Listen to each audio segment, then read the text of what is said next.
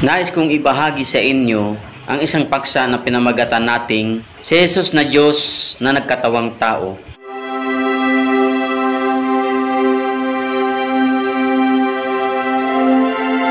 Ano ang ibig sabihin ng salitang pagkakatawang tao? At paanong si Jesus ang Diyos na nagkatawang tao? Ang salitang Latin na incarnare ay nangangahulugang gawing tao. At sa tuwing sinasabi natin na si Jesus ang Diyos na nagkatawang tao, ang ibig nating sabihin ay ang anak ng Diyos ay naging laman at buto at nagkaroon ng katawang tao. At ayon naman sa aklat ng Juan, Kapitulo 1, versikulo 14, ay sinasabi, ang salita ay naging tao at nanirahan sa piling namin. Nakita namin ang kaluwalhatiang tunay na Kanya bilang kaysa isang anak ng Ama. Siya ay puspos ng kagandahang loob at ng katotohanan. Gayunman, nang maganap ito sa sinapupunan ni Maria, ang ina ni Jesus bilang tao sa lupa, ay hindi tumigil ang Kanyang pagiging Diyos. Bagamat naging tunay na tao si Jesus, ay nanatili pa rin ang Kanyang kalagayan bilang Diyos. At ayon nga sa aklat ng Hebreo, Kapitulo 2, versikulo 17, kaya't kailangang matulad siya sa kanyang mga kapatid sa lahat ng paraan. Sa gayon, siya ay naging isang pinakapunong pari, mahabagin at tapat na naglilingkod sa Diyos at nag-alay ng handog para mapatawad ang mga kasalanan ng tao. At sinasabi rin ng Juan, Kapitulo 1 at 14, nang pasimula ay naroon na ang salita. Ang salita ay kasama ng Diyos. At ang salita ay Diyos. Ang salita ay naging tao at nanirahan sa piling namin. Nakita namin ang kaluwalhatiang tunay na Kanya bilang kaysa isang anak ng Ama. Siya ay puspos ng kagandahang loob at ng katotohanan.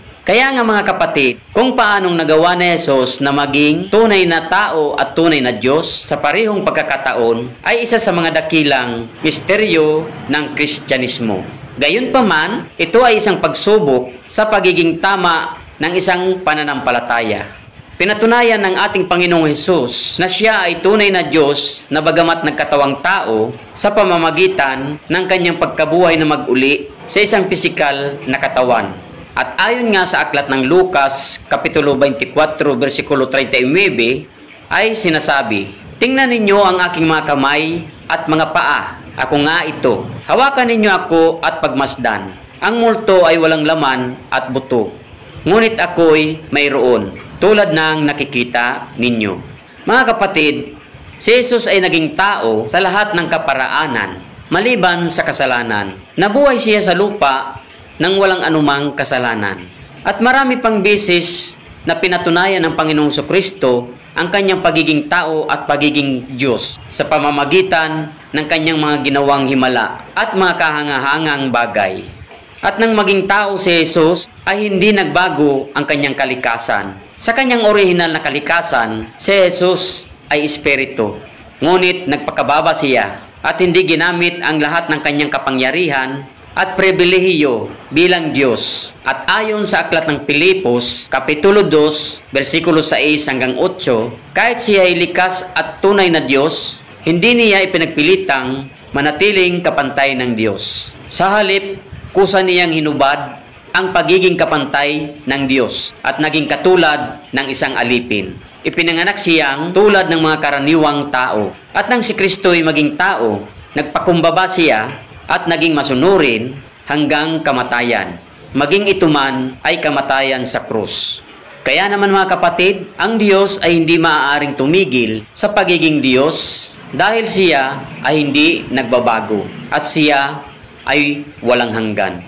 Kung tumigil si Jesus sa pagiging ganap na Diyos, kahit sa loob ng isang segundo, ay mamamatay ang lahat ng may buhay. Isinasaad ng doktrina ng pagkakatawang tao na si Jesus na habang nananatiling ganap na Diyos ay naging isang ganap na tao.